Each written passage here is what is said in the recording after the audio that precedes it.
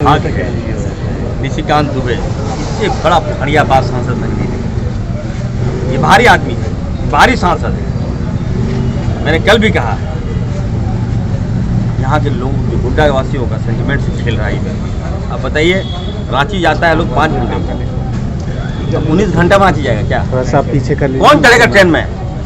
थोड़ा सा पीछे कर लीजिए। इनको भागलपुर जाने का बहुत शौक था, तो भागलपुर से लोकल चला देते हैं आप। और मैं लोकल चला रहा हूँ, मैं कह रहा हूँ ये ट्रेन जो है ये गुड्डा नहीं जाएगी, जाएगी रांची जाएगी। गोड्डा के कारगिल चौक में और पूरे भारत में आज दिनांक 27 सितंबर 2021 किसान आंदोलन के प्रभाव से भारत बंदी रही। आज दिन सोमवार को दिनांक 27 सितंबर 2021 भारत बंद का ऐलान किया गया और इसका असर गोड्डा में देखा गया। गोड्डा जिला के कारगिल चौक में संयुक्त मोर्चा के अध्यक्ष, भारतीय किसान कम्युनिस्ट पार्टी के अध्यक्ष और अखिल भारतीय किसान सभा जिला परिषद गोड्डा द्वारा किसान आंदोलन जोर शोर से रहा और भारत बंदी का प्रभाव का असर गोड्डा में देखने को मिला। गोड्डा के सारे दुकान एवं वाहन बंद कराए गए। इस आंदोलन में पोड़ियाहाट के विधायक प्रदीप यादव और जामताड़ा के विधायक इरफान अंसारी भी शरीक हुए थे और उसने इस आंदोलन में अपनी अपनी बातें भाई रखी। किसान आंदोलन में मुख्य मुद्दा किसान द्वारा फसल उपजाए गए फैसलों का निजीकरण करना, जो कि आने वाले दिनों में किसानों का अधिकार को छीनना और महंगाई को रोकना और किसानों एवं मजदूरों के रोजगार को छीनने से रोकना और इन प्राइवेट कंपनियों जैसे अदानी,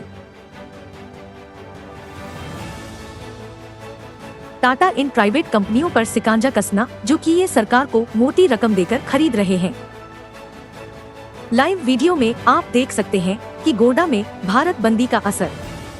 ब्यूरो रिपोर्ट, गोड्डा, श्रवण कुमार।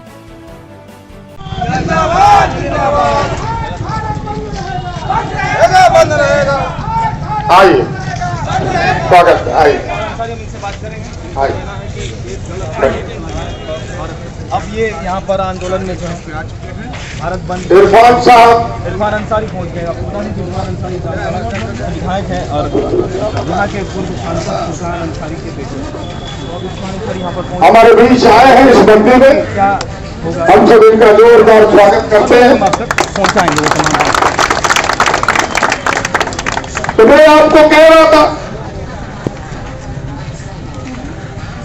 कि ये देश में पहला निर्णय अगर प्रधानमंत्री ने कोई लिया, वो निर्णय क्या था कि देश के जो भूमि अधिग्रहण कानून जो यूपीए गठबंधन ने बनाया था,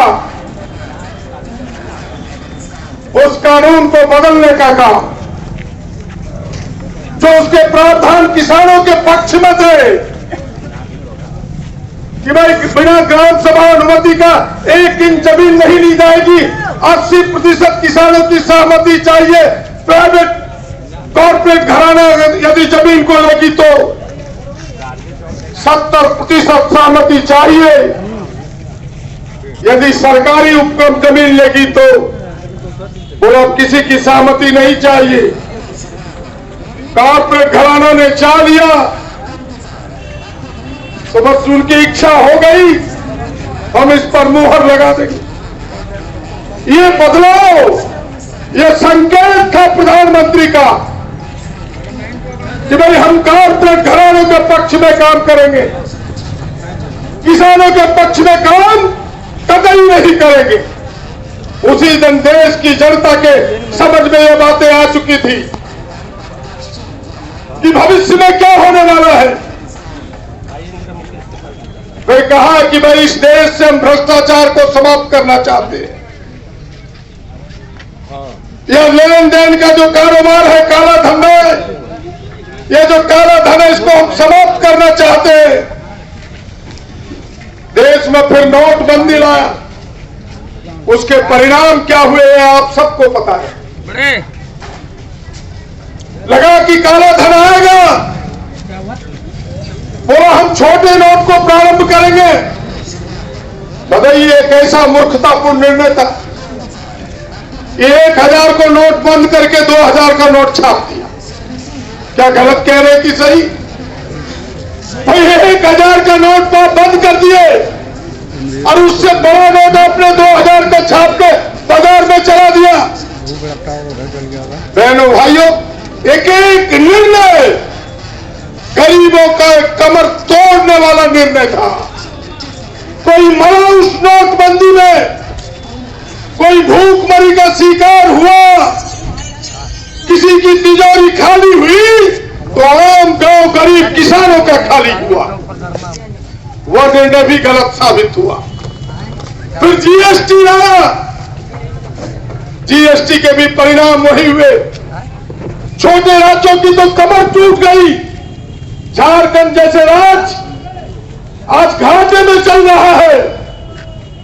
बहनों भाई, एक एक निर्णय आपको लगेगा कि नहीं, यह देश के हित में नहीं है, किसानों के हित में नहीं है। कैसे इन पूंजीपतियों को फायदे पहुंचाए जाए। और फिर सबसे यह अद्भुत निर्णय जिसके विरोध में हम सब आज एकत्र हुए हैं, यह तीनों कृषि काला कानून, और वो भी कैसे समय में लाया जब देश में कोरोना का संक्रमण फैला हुआ था, लॉकडाउन था। ऐसे समय में ताकि इसका विरोध न हो सके,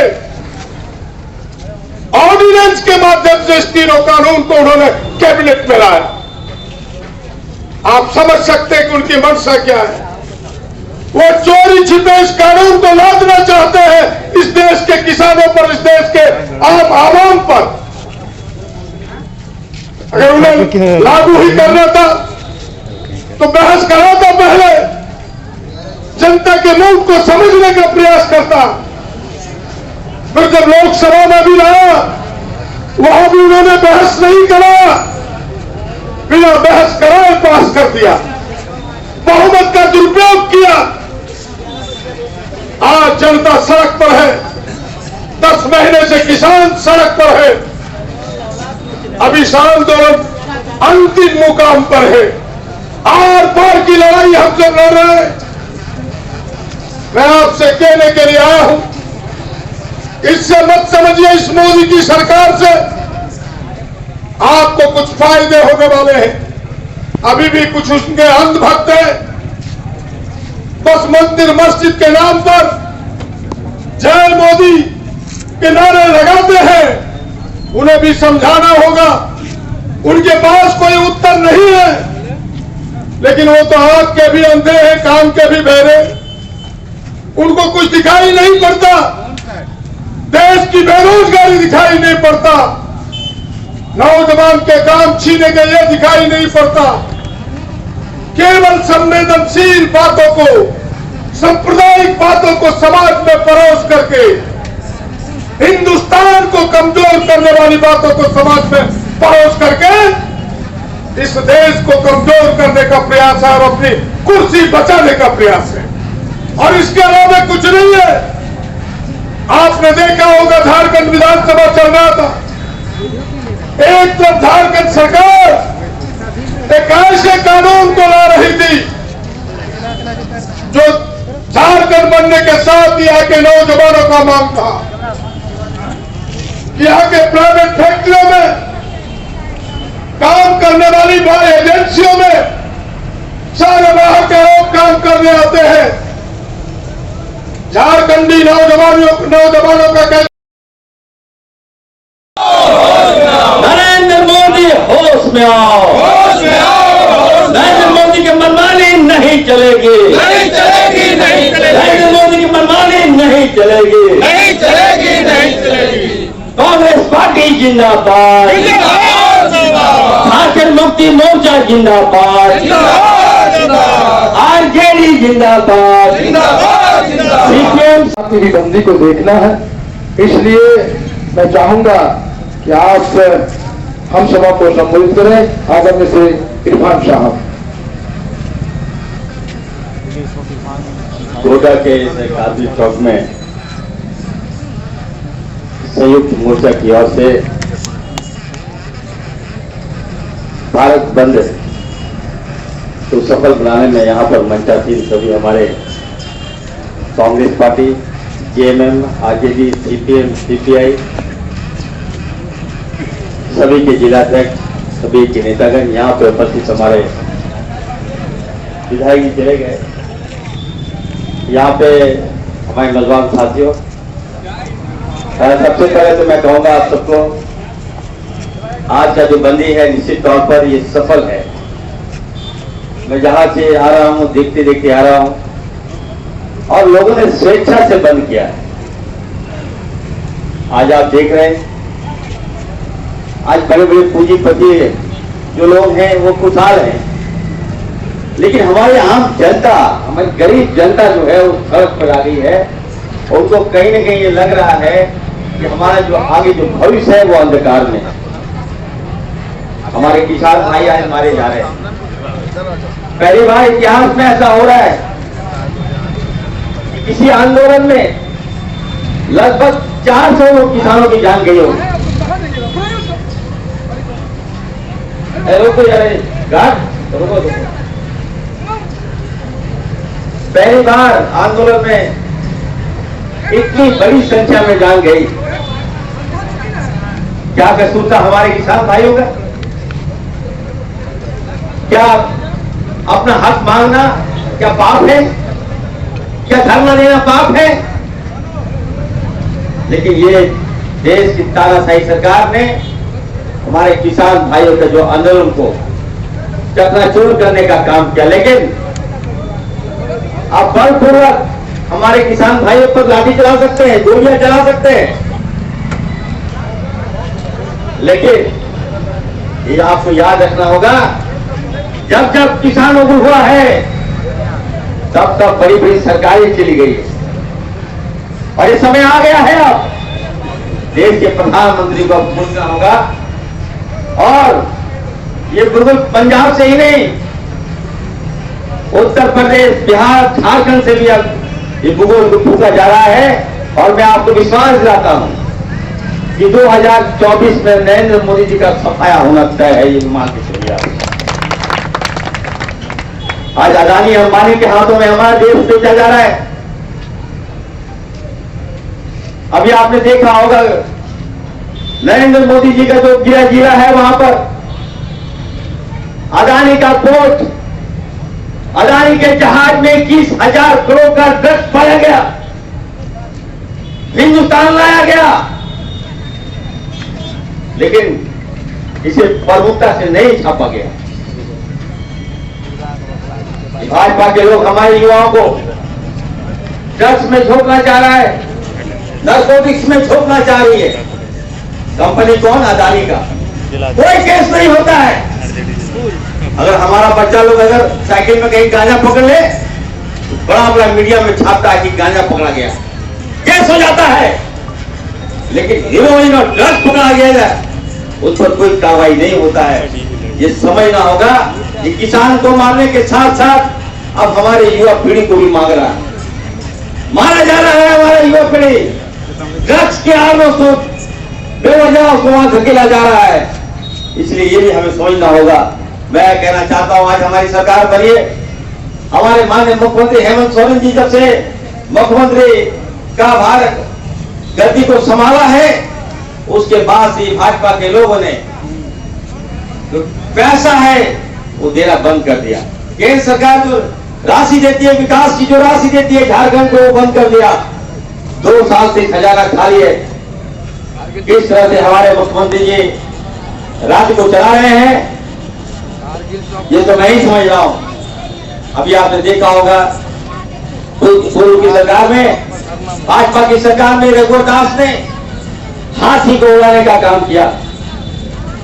आज तक हाथी नहीं उड़ता था, लेकिन भाजपा के सरकार में हाथी उड़ाने का काम किया।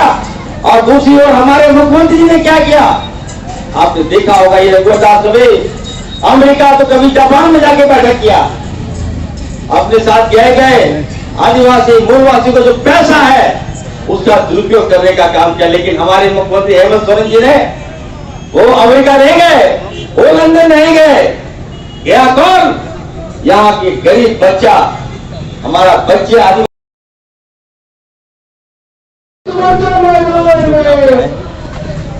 जो पार्टी का जो आने से बंद है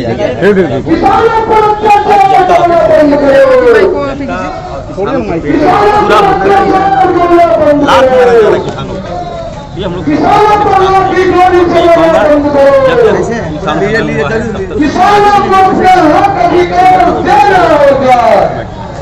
लगातार आप लोग का आंदोलन किसान लेकिन सुन नहीं रहे। मोदी जी ताना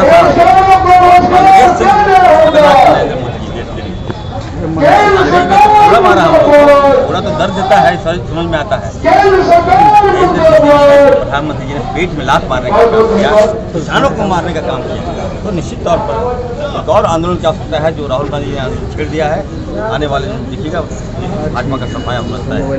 सर, पूर्व सांसद फुरकान अंसारी आपके पिताजी ने मांग की थी कि जो गोड्डा से रांची चलने वाली ट्रेन है वो दुमका होते हुए चले। इसके बारे में आपने भी कल कुछ कहा था, उसके बारे में कुछ बताना चाहेंगे? देखिए, विभाग है निशिकांत दुबे, इससे बड़ा बढ़िया बात सांसद नहीं दी। ये भारी आदमी है, भारी सांसद है। मैंने कल भी कहा है, यहाँ के लोग जो गुड्डा वासियों का सेंटिमेंट से खेल रहा है। अब बताइए, रांची जाता है लोग 5 घंटे में, तो 19 घंटा में रांची जाएगा क्या? थोड़ा सा पीछे कर लीजिए। कौन चढ़ेगा ट्रेन में? थोड़ा सा पीछे कर लीजिए। इनको भागलपुर जाने का बहुत शौक था, तो भागलपुर से लोकल चला देते हैं आप। और मैं लोकल चला रहा हूँ, मैं कह रहा हूँ ये ट्रेन जो है ये गुड्डा नहीं जाएगी, ये डायरेक्ट रांची जाएगी।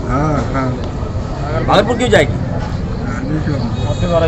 बिल्कुल मैं पार कर रहा हूँ, फुरकान साहब ने ही मांग किया है और पार कर रहा हूँ। लोगों को हम लोग राहत देने के लिए ना, हम लोग है भाई, मुसीबत में डालने के लिए है। सर, अब बताइए 19 घंटा में रांची कौन जाएगा गुड्डावासी? बताइए, रोड से नहीं चला जाएगा, बस से नहीं चला जाएगा।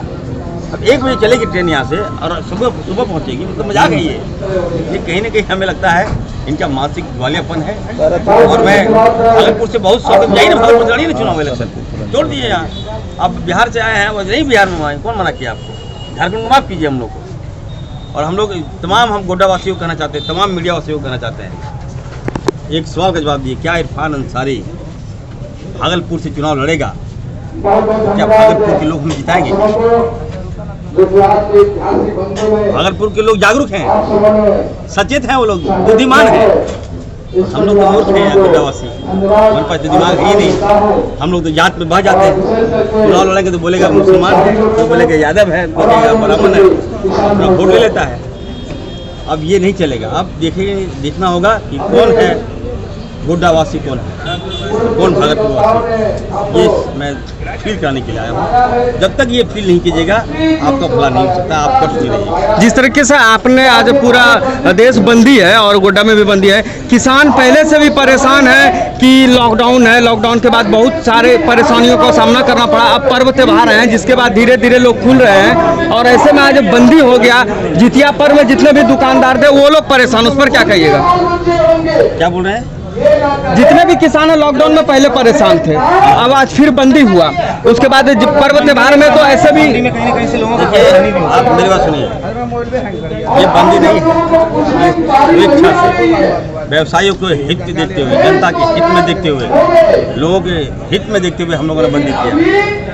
ये बंदी किसी को लॉस नहीं है, बंदी है कि आप पे जुल्म हो रहा है, सरकार जुल्म कर रही है, केंद्र सरकार जुल्म कर रही है, उसके खिलाफ में ये आवाज़ है। प्रॉब्लम कहाँ है? पूरा शांतिपूर्वक बंदी है। हमने तो लाठी नहीं चलाया, भाजपा की तरह हमने तो किसी को नहीं मारा, एक भी किसी का शीशा फोड़े हैं क्या? शांतिपूर्वक लोग खुद स्वेच्छा से बंदी में सफल बनाने का काम किया। हमेशा आप भाजपा का विरोध करते हैं, फिर आरोप लगता है कि आप भाजपा में सम्मिलित होने वाले हैं। ये देखिए, मेरे खिलाफ बहुत बड़ा प्रोपेगेंडा है। इरफान अंसारी उभरता हुआ नेता है, तो इसको रोको, क्रश करो, तभी ना बाहरी लोग आएंगे यहाँ। बाहर के लोग पार्टी में कैसे आएंगे? अगर जो पार्टी का जो रीढ़ है उसको थोड़ा कमजोर नहीं करेगा तो बाहर के लोग जगह कहाँ मिलेगा? तो चल रहा है काम। उनको लगता है कि मैं भाजपा वाले हमको शामिल कर लेंगे, तो औकात है भाजपा क्या? भाजपा का सबसे बड़ा दुश्मन इरफान अंसारी है। अगर आपको भाजपा से ऑफर मिले तो हम देश के प्रधानमंत्री को ऑफर दे तो आ जाएंगे क्या? चला ली प्रधानमंत्री जी को, हम दे रहे हैं ऑफर। 29 तारीख को रेलवे का हरी झंडी दिखाकर रांची के लिए रवाना किया जाएगा। जिस समय रेलवे का उद्घाटन हुआ था उस समय काफी झड़प देखने को मिला था। क्या लगता है कि झड़प की बात मैं निशिकांत दुबे को कहना चाहता हूँ, अब आप बात जाइए, माफ कर दिए हम लोग, यहाँ के लोगों को माफ नहीं चाहिए। आम जनता को विकास कीजिए ना। आप ला रहे हैं जहाज, कांग्रेस की ही देन था। आपने कहा कि नहीं हम लाए, अपनी सुविधा के लिए, अपना चार्टर लैंड कराने के लिए वो ला रहे हैं। जनता का पैसा की गाड़ी कमाई हड़प रहे हैं आप, और लोगों को फायदा दिलाने के लिए खुद जहाज आपका लैंड करे, अदानी अंबानी का जहाज लैंड करे, देश के प्रधानमंत्री का जहाज लैंड करे, उसके लिए आप एयरपोर्ट आप लोगों ने बनवा दिया। लेकिन हमारी जनता के पेट में राशन कैसे मिले इसकी चिंता आप लोगों को नहीं है, जो जनता आप पे आने वाले दिन पे विचार करेगी। जनता की अगर बात कर रहे हैं तो जिस तरीके से ग्रामीण क्षेत्रों में विकास की बात आती है, हर चीज में अनियमितता बरती जाती है। बीते ही दिन हमने दो खबर दिखाया था कि जिस तरीके से आंगनबाड़ी केंद्र बन रहे हैं, पूरी अनियमितता हो रही है। तो फिर जनता को लाभ कहाँ से मिलेगा? प्रशासन कहाँ क्या? आप देखिए मेरी बात सुनिए, आप मीडिया वाले हैं, मीडिया के कारण ही भाजपा सरकार में आई, और आप कहाँ हैं ये देखिए, आप आवाज़ उठाते हैं, कोई सुनने वाला नहीं। देश में प्रधानमंत्री अगर नरेंद्र मोदी जी गद्दी में आए हैं तो उसमें सबसे बड़ा मीडिया का हाथ, जनता का हाथ नहीं। आप लोगों ने सच दिखाना बंद कर दिया, गलत दिखाया, लोगों ने विश्वास किया आपकी बात पर। आपसे मैं हाथ जोड़ के विनती करता हूँ, कम से कम अब तो सच दिखाइए आप लोग, नहीं तो आज आने वाली पीढ़ी आपको माफ़ नहीं करेंगे, आपके बाल बच्चों को माफ़ नहीं करेंगे। आज देश देखिए किस हाल में है, महंगाई चरम पर है। गैस देखिए 1200 रुपया, उज्ज्वला योजना था ना भाई, मुफ्त में दिया गया था। 200 रुपया उज्ज्वला योजना, गैस और चूल्हा मुफ्त में बांटा गया, हम लोग को लगा कि सही योजना है। बताइए गैस का दाम कितना, 1200 रुपया, पेंशन कितना मिलता है 800 रुपया, और गरीब आदमी को गैस दे दिया, उसको लालच लग गया, अपना घर बेच रहा है गैस के लिए, धान बेच रहा है गैस की आ जाए कम से कम। पहले लकड़ी से चूल्हा जला रहा था, अब फ्री में गैस का आदत लग गया, मतलब लालच दे दिया पब्लिक को मार दिया आप लोगों ने, खून पी लिया भाजपा ने पब्लिक का। तो ऐसे में अब समय आ गया है, आप लोग मीडिया वाले से मैं कहूँगा कि भाजपा के विरोध में दिखाइए। आज आपने देखा अडानी का एयरपोर्ट में 21,000 करोड़ के ड्रग्स पकड़ाया, कौन छापा, कौन चलाया मीडिया, बोलिए? ये चलाने की आवश्यकता थी कि नहीं थी? आज हमारे बच्चा लोग साइकिल में गांजा पकड़ लिया, पूरा मीडिया में आएगा गांजा पकड़ा गया, तस्करी। तो ये तरीका है, आज अडानी को पकड़ने की आवश्यकता थी। तो क्या आप क्या कहना चाहते हैं कि बच्चे अगर गांजा लेते हुए पकड़ाए तो उसको छोड़ देना चाहिए क्या? नहीं, तो मैं कह रहा हूँ कि बच्चे के गांजा वाले जो आप उसको जेल भेजते हैं, और हजारों हजार करोड़ का जो ड्रग्स और हीरोइन जो पकड़ा जाता है उसको जेल क्यों नहीं भेजा जाता है? ट्विस क्यों करते हैं? मेरी बात तो समझिए ना, मैं क्या बोलना चाह रहा हूँ। लड़का गांजा लेके जा रहा है ये बात नहीं है, मेरा कहने का उद्देश्य ये है कि आम कानून तो सबके लिए बराबर होता है ना। एक को आप माफ किए जा रहे हैं, वो ड्रग्स कहाँ गया, वो ड्रग्स का क्या होगा, ये क्वेश्चन। इसलिए मैं मांग करूंगा कि अडानी जैसी कंपनियों पर ये कार्रवाई हो और मीडिया इसको अच्छी तरह दिखाए। कई लोग कह रहे हैं कि लोकसभा की तैयारी आप कर रहे हैं गोड्डा से, क्या कहेंगे सर? देखिए मेरे पिताजी का ये सीट रहा है,